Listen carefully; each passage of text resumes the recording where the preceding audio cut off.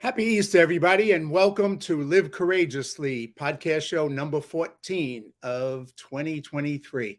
I'm your host, John Duffy, and this is the 30th Live Courageously podcast show since I started the show a year ago. Live Courageously has been the conscious theme of my life for the last 3+ years since the beginning of the pandemic in 2020, and it's been an unconscious theme for most of my life.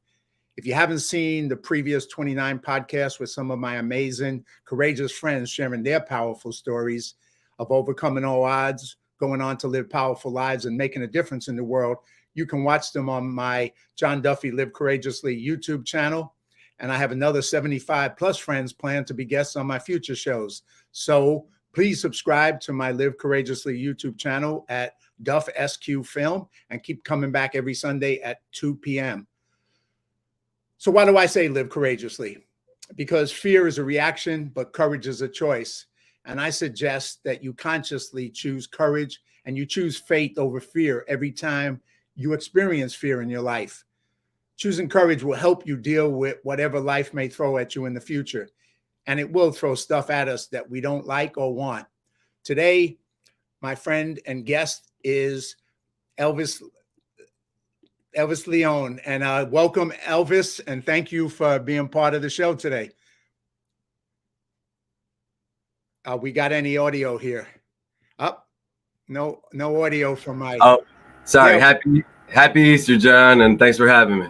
Hey, welcome and happy Easter to you, and thanks for being part of it. Oh, I'm going to jump back. Well, you're here. I just kind of did a little bit of a pivot in a direction that I normally don't do, but so I'm going to keep you on camera, and I'm going to introduce you. So, which I was going to do before I brought you on, but this is welcome to live podcasting. So Elvis is a filmmaker living in Los Angeles. He's traveled 120,000 miles during the pandemic, all around the world 3 times. And now he's just trying to stay alive long enough to tell the tale. Before this, he had deployed to Iraq as a soldier for 15 months, and he returned with stories ready for the screen. He's been filmmaking ever since. Elvis has produced and directed many short films. One of his films screened at the GI Film Festival in Washington, D.C., and his last project, Cecil and Carl, screened at 50 international film festivals, including New Orleans and Toronto, and won 10 awards for the Best Documentary and Audience Award categories. He's now working on his first feature documentary, Real Lions, Somos Leones, about the kidnapping of his father and the family's pursuit of justice. You can follow Elvis's YouTube channel, Long Live Elvis. I love that title, to hear stories about his travels, his current events, making movies, and check out his GoFundMe page, which I'll put up later as well, to support his new feature documentary, Somos Leones. So now welcome to my brother Elvis. Welcome to the show, brother. It's good to be back. Thank you. So anyway, I always start off the show with 2 things. And so I'm going to start with one, and which the first one is, I always ask people, since most of the guests, with the exception of one so far, have been people I know in the real world and been friends in the real world. So how did me and you meet? What was the way we first came across each other? We met at the roulette tables in Washington, D.C. at the GI Film Festival. No, we met at the film festival, and I screamed a film, Angels of Ambar, which I think we're going to watch today. And we didn't know each other before then. And after the film was done, you and George Ohan, a good friend of ours, just approached me. And it turns out that, George over here looking like a character from The Matrix. Yeah. George, he was stationed in my same duty station in Germany. We had a lot of mutual friends, but he got out right when I was coming in. So we never crossed paths. But when my film was speaking about these individuals that we served with, he was shocked. I was shocked as well, so it was a small world moment in Washington, D.C. that day. It was, and that was the first time we met, and we were down there with a film that George produced and I directed, which is this film, The Flag, that screened down there at the same time your film screened. And then we went on to hang out with George at his wedding up in Fresno. So that was the next time we connected, and then we connected other times since then. But that film that I'm about to play for the audience we were both moved by it because it was a short film that you had screened based on your experience in Iraq, um, and that kind of we just felt the power of it, and then we got a chance to meet you and talk to you, and then of course you got that connection with George Ohan, who at one point I'm going to have on this show as well. We tried one time and the tech didn't work, so we're going to have to do it again in the future. But let me go show the audience this film. Angels of Ambar. It's about 6 minutes. After it's over, we'll have a chance to talk about it. You'll talk about your experiences in the military, but also making that film and what that experience was like for you. So let me go to that. Put that here and share the screen. And see if I can get this up here.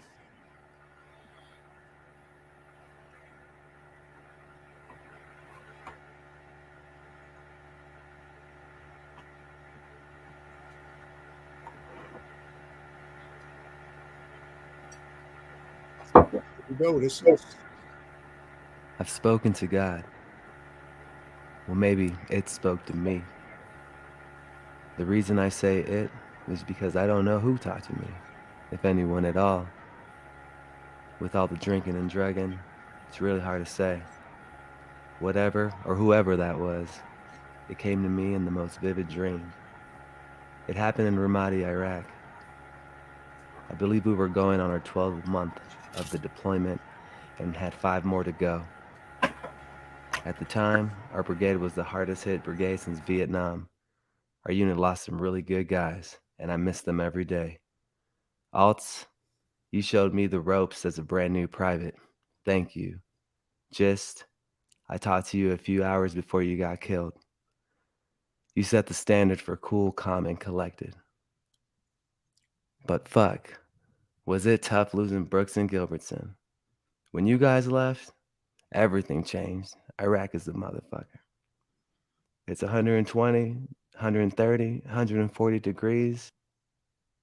Constant stress on your mind, body, and soul. And most of the time, there's no accountability when one of your brothers gets killed. When that IED explosion goes boom, everyone dies, and that's it. The enemy is like a ghost. Scarface said it best. I've never seen a man cry until he's seen a man die. He was right, but we had to suck it up and keep moving. The mission was above all, they said. You have 1 day to grieve and bottle up the rest for later.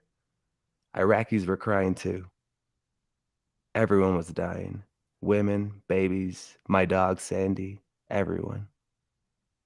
And from the top down, soldiers were even committing suicide. This one high-ranking soldier stopped his convoy, stepped out of his vehicle, and shot himself. He lost several soldiers under his command. That's when I stopped my daily prayers. I called my mom one day and told her this, and she said, keep the faith. But how?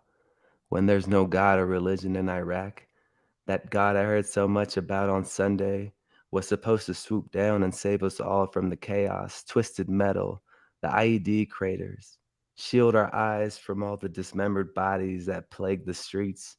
It was hard to see mangled Hummers that came through the gate, the black body bags with your friends that were boarded on helicopters, never to be seen again.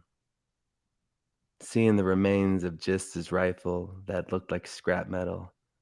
Death runs this town, not God.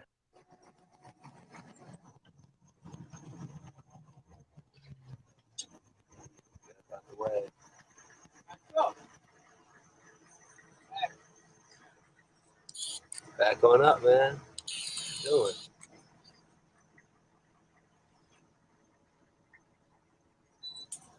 Yeah, what are they doing? One day we started partying. We had no other choice. Get shit done by day and party at night. We cut deals with Iraqi soldiers in exchange for whiskey, hash, and promethazine. As we said, fuck my life. This became the greeting of the day. Here today, gone tomorrow. So you might as well have fun while you're sitting in your 8x12 cell, passing around the hookah. But at your own risk, you could lose it all if caught. One night, I overdid it for sure. Got pretty messed up. My heart was beating super fast. Thought I was gonna die. I closed my eyes as my hands lay over my heart, and eventually I started dreaming. I was laying on a bus bench somewhere in Ramadi. I was alone. There was newspapers scattered all over the area. I was freaking out. The place was a ghost town. All I could hear was the wind. Then out of nowhere, a voice spoke loud and clear. Be carefree, grateful, and everything will be okay. I felt this overwhelming calming effect take over my body, and I woke up. It was the next morning. All my pain was gone. A new lease on life. Who was that? I felt a strong connection to him, the earth, and humanity like never before. It's been 6 years since my time in Iraq. Time flies. I didn't know that then, that I would think about my brothers who passed in Iraq every damn day. Was it all a dream? Iraq? The epiphany? Most days I just don't believe any of it ever happened. But ultimately, this has become my spirituality.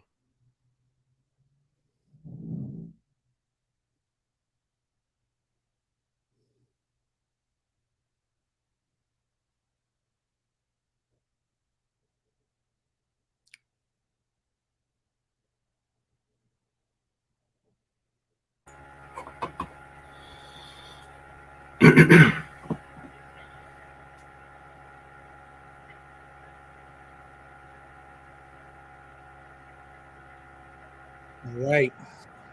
Let me stop that. I think we're good. You good? Yeah, we're good. That was a wild time, man. That was a crazy time. Unbelievable. I still don't believe it happened, to be honest. What And what year was that, Elvis? that was 2006 to 2007, 15 months.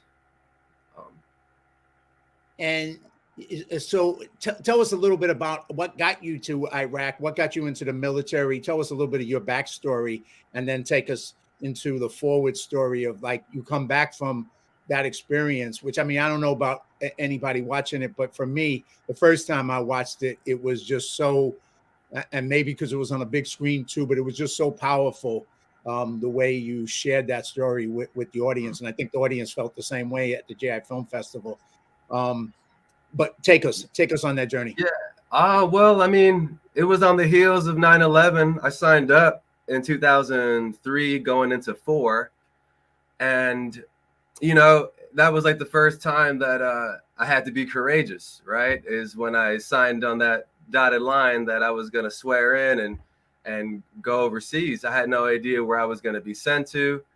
And I don't know if my boy Fernando's watching or not. He said he was going to, but he's the one who convinced me to go. And when it was time to go, he ended up not going, and I went by myself. And that was like the first step into like, oh my God, like I'm really going alone, And that was like, leaving the nest, if you will, for the first time, leaving my home and the country. I ended up getting stationed in Germany. So which was a shocker. First time leaving mainland USA and going to this foreign land and being stationed in this military base that used to be a Nazi German base that we ended up confiscating after the war.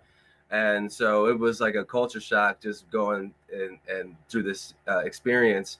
And I landed I landed in an empty military installation that should have had 10,000 or so military personnel, but they were already downrange deployed. So my first 24 hours as a soldier, they're like, you're going to Iraq tomorrow. And I'm like, oh, fuck, I can't believe it. And turns out, that tomorrow came, they had like 20 of us lined up.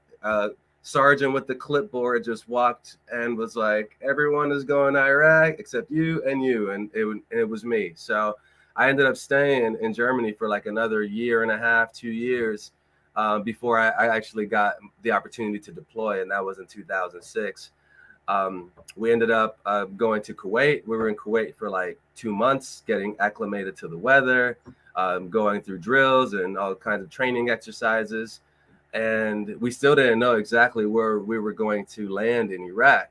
So every day we were getting updates, like where we could potentially go. And we all had our theories. And this was like the hottest time of the war, you know.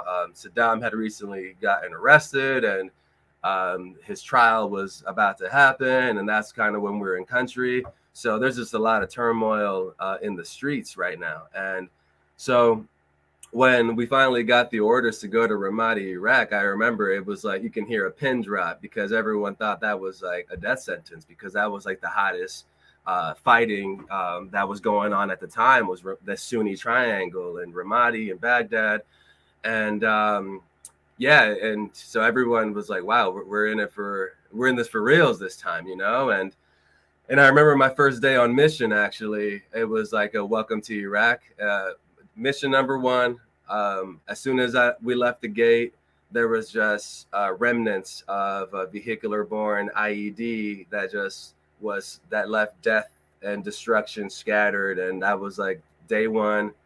We saw nothing but like dead bodies, you know, and I was like, wow, like we're not gonna make it, you know. And then yeah, and the rest of the 15 months, you know, there was a lot of highs, you know, a lot of good times that I remember.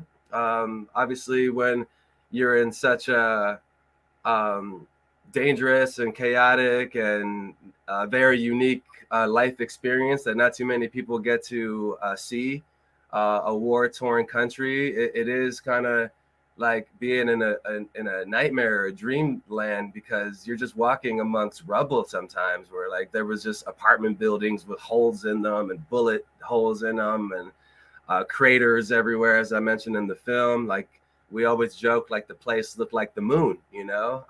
And we would drive sometimes at night, because we had to drive with no headlights on, because we didn't want to, you know, get attacked and these kind of things. While in the middle, I was in logistics, just to say, like we were delivering fuel, ammunition, and water to the front lines and to the rear. So we would convoy 7 days a week, sometimes 2-3 times a day, just to make sure that everybody in the front line was had everything they needed to execute the mission. But yeah, I mean, I could talk about the war like all day, but like, where do you want to let pick me it just up? jump in for a Yeah. second. Just say, you know, I mean, I think one of the things I know for me as a civilian, you know, having been involved with a lot of stuff with veterans, is just, I think most of us civilians don't really know what that reality is. And your film in 6 minutes just captured so much of it, because it was just, you went through such a journey, you know, and then the trauma of losing your fellow soldiers, and then dealing with, you know, feeling that, you know, that you were in a basically godforsaken place, and how were you going to survive, and all that. You take us through that emotional journey and the trauma that you experienced. And that, you know, for civilians, that given that only 1% of the people are in the military, most people don't have a clue about what that life is. And I think your film captured it real well. When did you join the military? How old were you? And did you sign up for 4 years when you came in? And were you living? Where were you living when you joined the military? I was living in Denver. I just had graduated high school. I saw a recruiter right when I was 18, and I left when I was 19. Wow. That was April of 2004 is when I left. April Fools, April 1st. And then that day when the drill sergeants picked us up, I was like, this has to be a joke. Like, we just got ambushed by like 8 drill sergeants that just, you know, broke us down into dust, you know, for the next 6 months before I ended up shipping out. But yeah, that's a whole nother story. Yeah, but there's a bunch of stories, and obviously, you know, like you said, all the experiences in Iraq. I think, you know, part of it, and maybe you just want to address, I don't know how much it affected you, but obviously the emotional impact of, you know, losing your fellow soldiers, the emotional impact of being in that situation where you don't know if you're going to live or die every single day that you're awake, right? So, you know, it has to have an emotional impact on you. So coming back, you know, where were you at emotionally? Where were you at psychologically when you got back from that experience and having, survived at least physically through it. um where were you? Yeah. Lost. Uh, I was like in a dream-like state for a long time, just because going from such an extreme environment to back to the US where everything is polished and beautiful and there's giant shopping malls and bright lights everywhere, and you're like, wait, was I really there? Like, did I just see this? And so that transition from seeing like the most extreme version of human, a human experience at like war, and coming back to a peaceful like area is shocking actually. And dealing with survivor's guilt as well, just because like a lot of my friends who died, they had families, they had kids, and me being like a single person, I was like, why, I would gladly trade my life for these people to come back and be with their families. So that's another difficult part. And then coming home, and at least at the time, the VA, the Veteran Affairs Hospital that's supposed to take care of veterans, it has gotten a lot better over the years. But when we first got out, I think there were so many soldiers getting out that just like services were lacking, and so a lot of people ended up self-medicating, living on the streets, and then I started losing friends, that were out as civilians because they were unable to just live with what they had to experience over there, and I just lost one of my brothers, Ryan Talbot, last year, and I think a lot about him because he never, I don't know, we all left a piece of ourselves, over there, but I feel like he was still chasing that, or maybe he wanted to go back to that type of environment to try to find himself again. And when the war in Ukraine broke out, he actually went over there, Wow. and while everybody was changing their, Facebook profile photo to have the Ukraine flag, he actually went, and fought under some, pretty horrendous just situations. We were contacting each other through, Telegram and Signal. And anyways, he came back home, and I think that betrayal that we felt when we first came back from Iraq, with not having services, and us putting our, bodies, souls, and minds on the line, and then just no one even caring, about you essentially. And that's, it's true and it's not. A lot of people do support the soldiers, but I'm not quite convinced when you see so many, homeless veterans, and that statistic of 22 veterans, committing suicide a day. So to me, it just, there's misconnecting. I can't speak. Something's just not connecting there, for me. So when my brother came back, and maybe he expected some kind of support because he actually went to go to Ukraine to fight, and he came home to eviction notices and all kinds of troubles at home, and then he ended up taking his life. And so yeah, rest in peace, Ryan Talbot. But Yeah, may he rest in peace. Elvis, I mean, clearly we could do a couple of hours just on your experience alone and on this and these issues. And so the challenge is because you go on to do so much more, and then you got another incredible story that I want to get to and share with everyone. So it's almost like I don't want to cut this short because there's so much power here, and there's so much you got to say. So we'll have to do some more another time again. Sure. Yeah. But when you came back and you dealt with all this, and you pivoted, or you found a way to become a filmmaker, and obviously we just watched one of the films that you created. What got you to do that? What was why did you make that choice and go down that road, and then get your film in the GI Film Festival, and then all those other films festivals that you got your other films into? Why did Elvis go into telling these stories in film? Partially, it was an accident, to be honest. I didn't even know film schools existed, and when I came home, I had no clue what I wanted to do. I knew that I had the GI Bill. I knew that I got out of the military to, go back to college because I had it didn't work out when I first before I left. So I'm like, all right, well, let me give it a shot this time. And I was going through a lot of turmoil. I didn't really know how to deal with it, and I wasn't getting any help from the VA. And I don't know.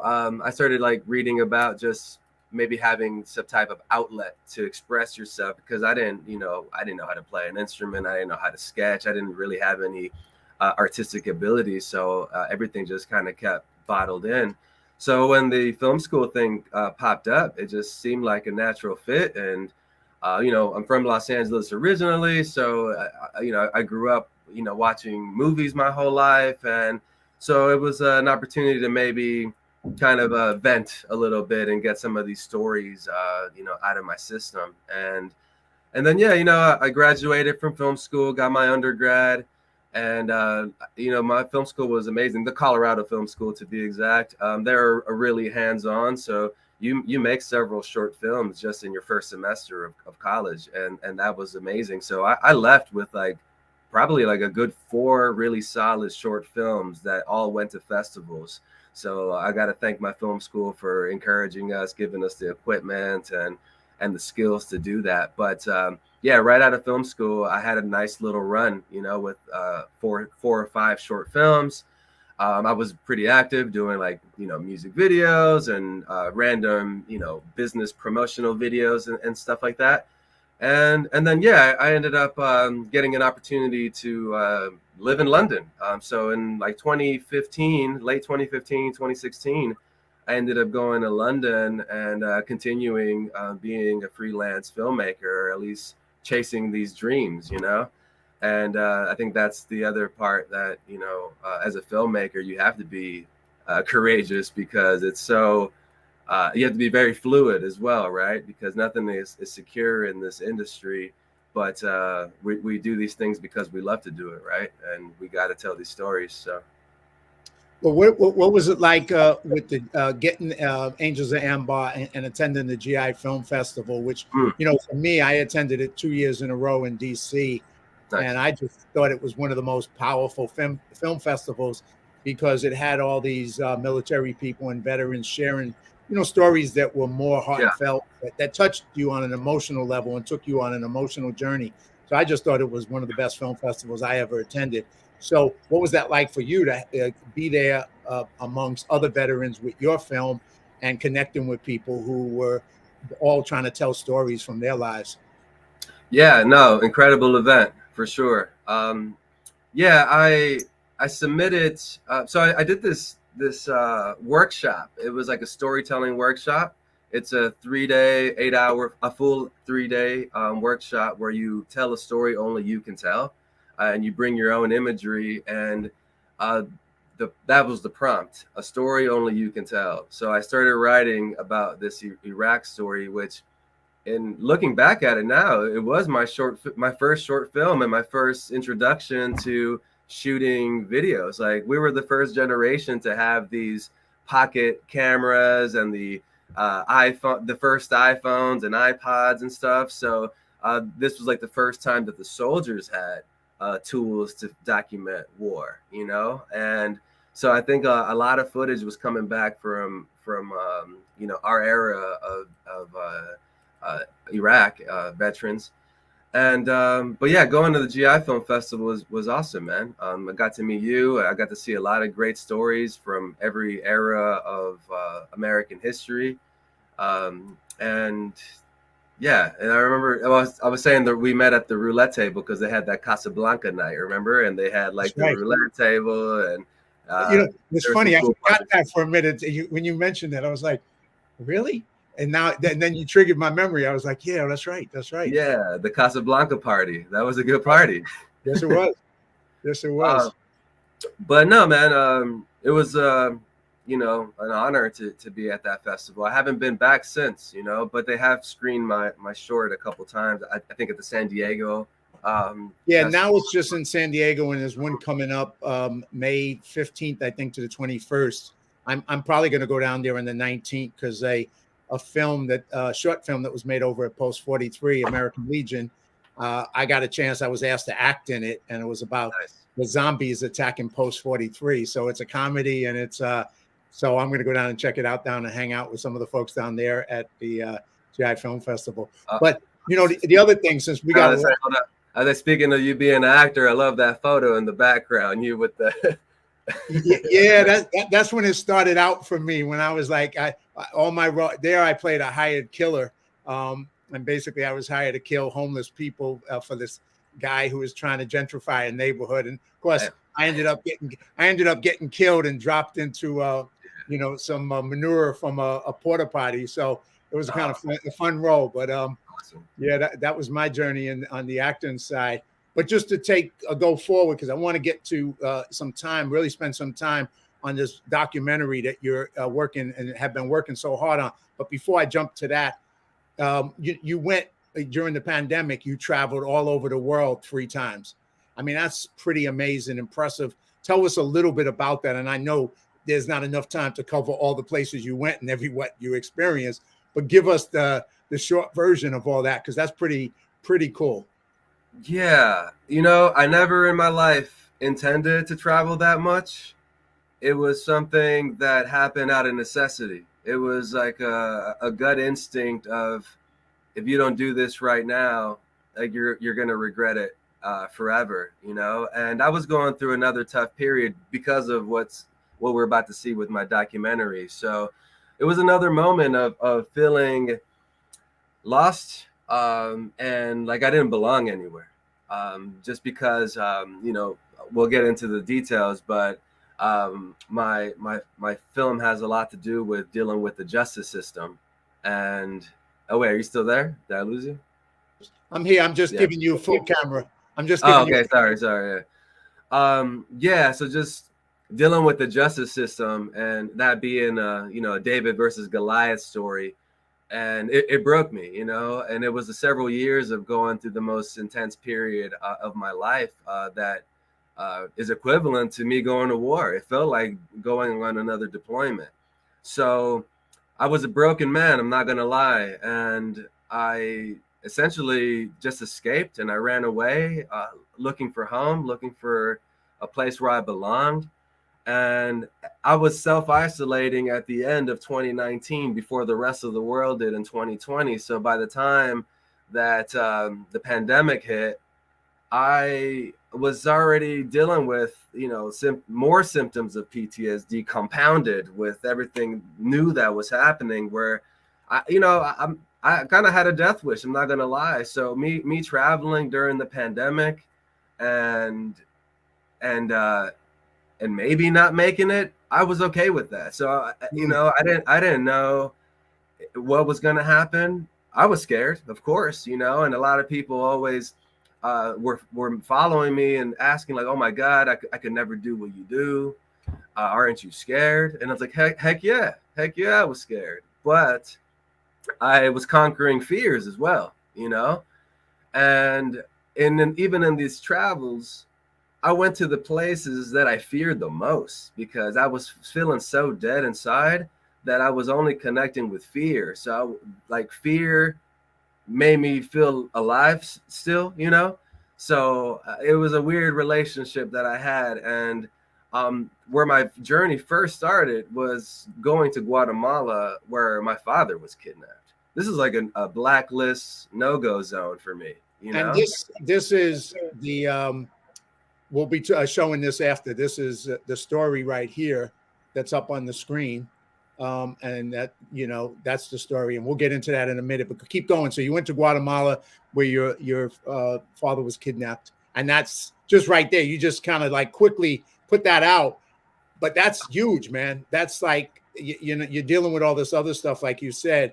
And now you got this horrible situation that has now arose in your life. And we'll play the trailer in a minute, but keep going before I do. But yeah, I'll skip around so we can get into the Guatemala stuff in a bit. But that's where my traveling started. I went to the place I was scared of the most, and I was there for 30 days. And I wanted to better understand this place where I'm also from, ancestrally. My father's Guatemalan, my mother's from Mexico. I was born in Los Angeles. But so it was also a journey of reconnecting with my roots and just trying to better understand this country that almost took my father's life, you know. But Why don't skipping we ahead, stop there for a second and let me play the let's do it. GoFundMe and let people see what the story is, and then you can come back and you can take Let's us do deep. it.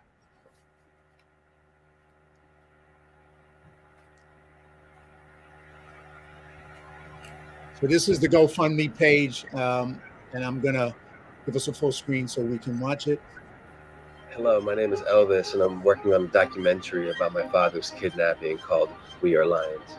Algo que hace tu papá es que se me hace muy peligroso, es que anda de noche espiando a esta gente.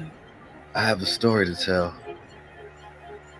All of this still feels like a dream. The kidnapping, the trial, the death threats, the hurricane. Unprecedented tropical rains and catastrophic flooding. I almost die in the process, and my dad almost dies twice. There's a social justice element to this. There is an injustice that was done, right? That needs to be corrected, needs to be addressed. And I hope that this film can actually put a spotlight on these serious subjects that are happening in our communities that are really being overlooked. De que mi mamá muriera, yo siempre pensaba en mi mamá, y cuando muere también va. Y después de que me secuestraron, ellos agarraron el primer lugar en mi vida, el pensamiento, porque despierto pensando en ese maldito. True crime is one of the hottest genres right now, and we're never hearing from the victim side of things. It's rare. Like, it's all about the glorification of these serial killers that became famous.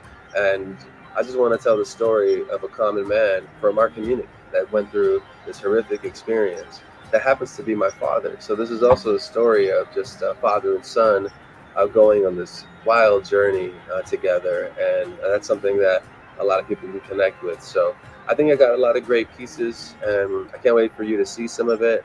I've been working on this project for over 7 years, and I have hundreds of hours of footage. I probably have at least 2 films in the can right now. Production is wrapped, and now I'm seeking funds to hire an editor, a story editor, so we can take this thing to the next level.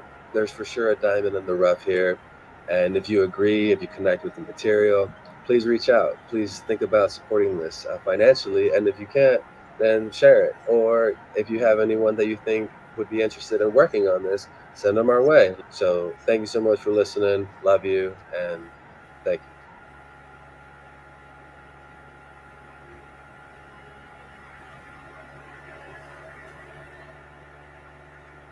All right. Let me.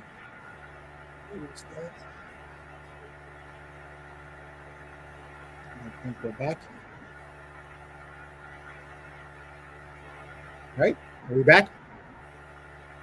Are you Think there? so? Yeah, I'm here. Yeah. All right. Well, that's once again. So take us into this story. You said you started out going to Guatemala when you began your journey, but what was this story about your dad being kidnapped? And take us through that, and then the documentary that you're working on. That Yeah. I think, well, first and foremost, well, thank you for showing that. And this is the first time I've shown this publicly. So, and some good news in Colorado. So let me start. So I mentioned Guatemala a lot in this, but when my father was kidnapped in Guatemala, my family paid a ransom in Denver, Colorado for his release. So someone in Denver organizes kidnapping in Guatemala. So that's what sparked this documentary, because we tried to contact authorities that first 48 hours that we were dealing with these ransom negotiations, trying to get help from the local police, the FBI, Homeland Security, you name it. And no one came to our aid at all. No one even pretended to care. They thought it was a hoax. They thought my dad was lying. They thought my dad was involved in some narco trafficking. So it was just another, for me personally, like another slap in the face where like a military veteran pays this ransom money, and I can't even be taken seriously, So that was I'm like, wow, like how American do you have to be to get justice? Like this is a serious crime. This is a Colorado crime that got completely overlooked for years, and it wasn't until there was an arrest in Guatemala where the FBI finally started taking us a little seriously, and then that's what the film will be about. I don't want to give too much away, Sure. but I documented 5 years of police investigation in 2 different countries. Me and my father traveling back to the scene of the crime, trying to get closure on this thing, and then as you saw in the trailer, my father starts teetering on vigilantism because he finds out who actually kidnapped him, and it turns out it was someone he knew.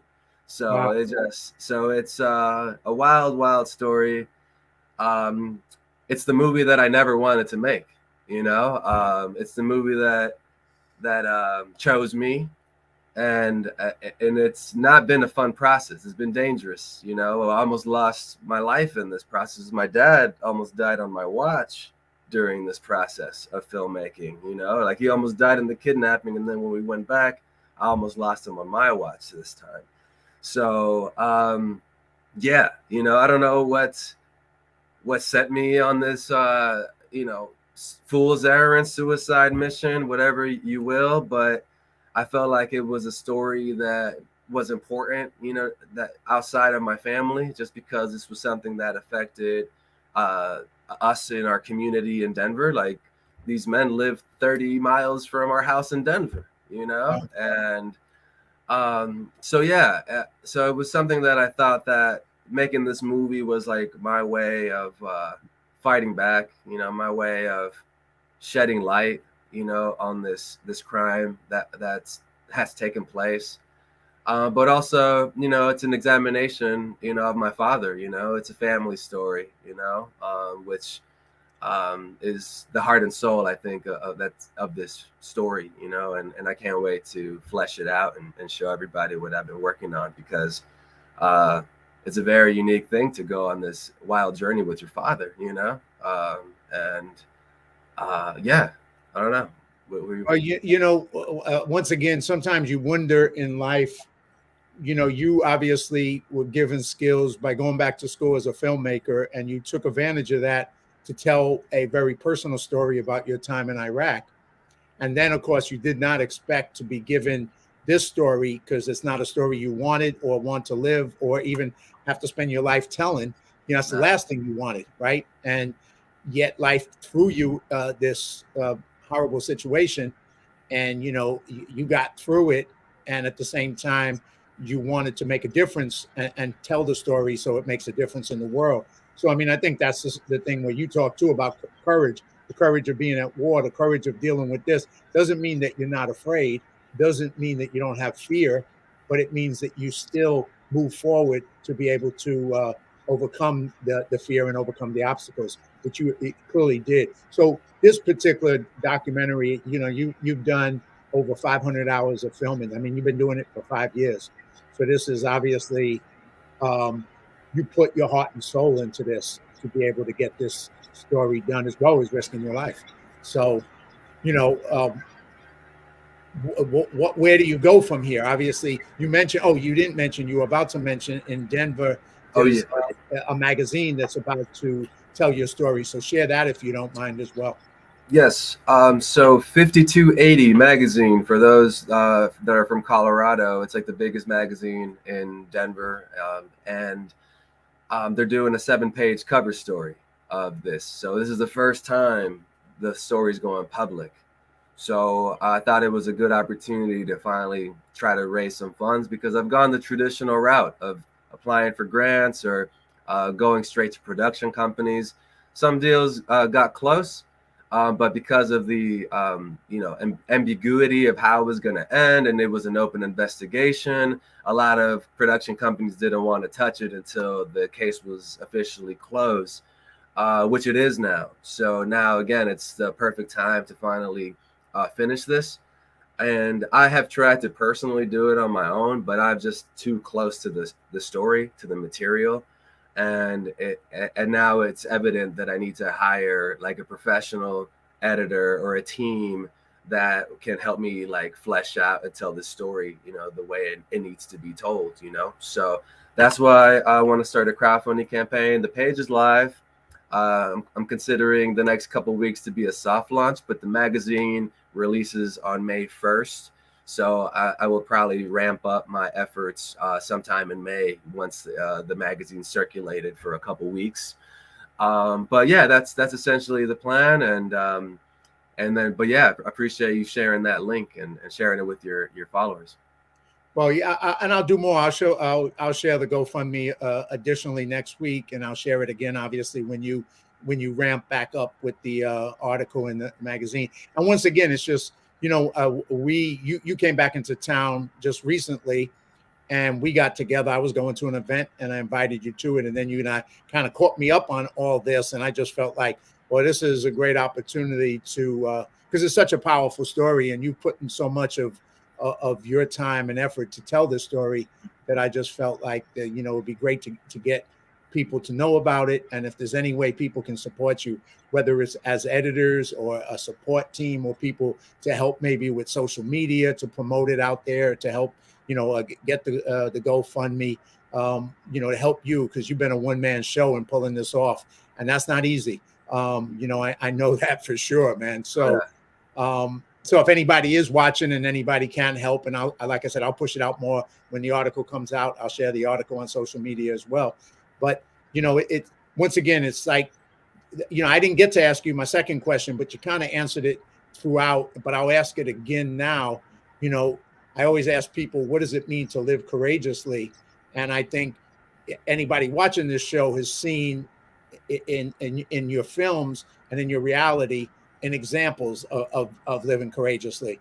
But I'd love you to just kind of sum that up for you personally, what that means, up until now and going forward in life. What does that mean to you? Carving your own path, following your gut instinct, even though when that decision, can hurt. I think for a while there, I lost my voice and I stopped listening to my gut instinct, and I felt like that began to degrade my mental health and my self-confidence, actually.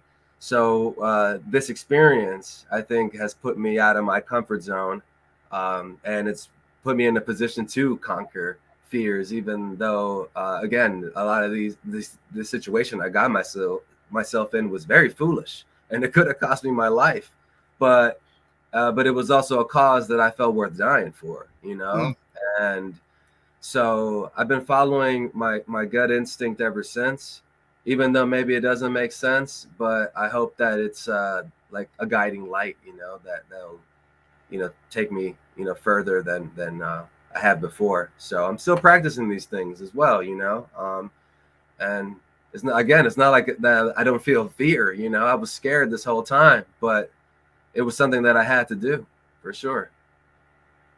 Well, I think that's the point is like, you can feel fear. Fear is real. Fear is not, it's a warning. It tells you that there's danger there. And so you don't want to ignore fear or the message of fear, because then you kind of act crazy and you don't realize that there is a real danger in front of you. So recognizing fear is not a bad thing. Letting fear not allow you to move forward or keep you in a place where you don't go forward. That's where fear becomes a bad thing, where, it's like you can acknowledge it and go forward anyway, even though, there's risks, and you still take them because it's worth it and you're willing to, plow forward. So that's kind of what I think the message of the show. That's why I do the show. That's why I bring people, I get a chance to, I just say I've been so lucky and blessed that I get to meet and have friends like so many people like yourself who have in different unique ways lived courageously and have, found a way to go out there and bring their uniqueness to the world. And you're doing it with this. So I really encourage people to, whatever way they can support you with this GoFundMe campaign, with helping you with editing, any way that they can support getting this project out in the world. I think it'll make a contribution. So that's one piece. what else would you, summing up? I mean, what are the lessons say, just to kind of pivot back, and then we'll pivot forward again to end the show. But in the 3 years that you traveled, you said you went to some dark places, Guatemala being one of them, but then you went elsewhere. You went all around the world. What was that like for you, and what was that experience to spend 3 years going around the world 3 times? Yeah, man. Again, there was moments where I traveled in solitude because, again, I think I was in this like space where maybe I was punishing myself because I almost felt like I exiled myself from society. And in my pursuit of searching for a home or a place I belonged, I just adopted this nomad life that I never wanted. Another thing that I didn't want that just fell in my lap. And that calling was louder than anything that was going on at the time. So I just kept pushing. And I did go to some incredible places, but my last trip around the world started in Los Angeles.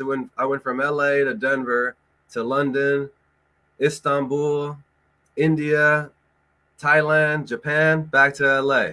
Literally went around the world. That's what I did from September to December last year. So, and that's when I just got back in January. Okay. So now I'm still processing. I'm still processing the last 3 years, and I've been doing a lot of writing.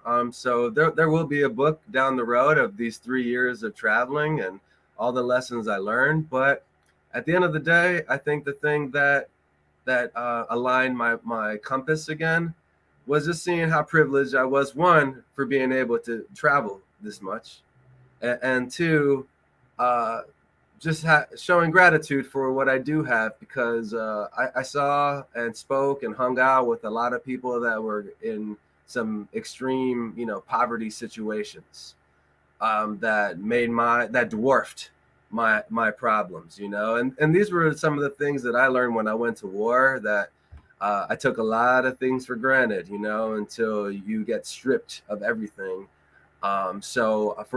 But you forget about these things, these are like some of the rules and lessons that you learn along the way, like showing gratitude for the little things, and if anything, that's what I relearned during these travels, was that we have everything that we need, to be happy.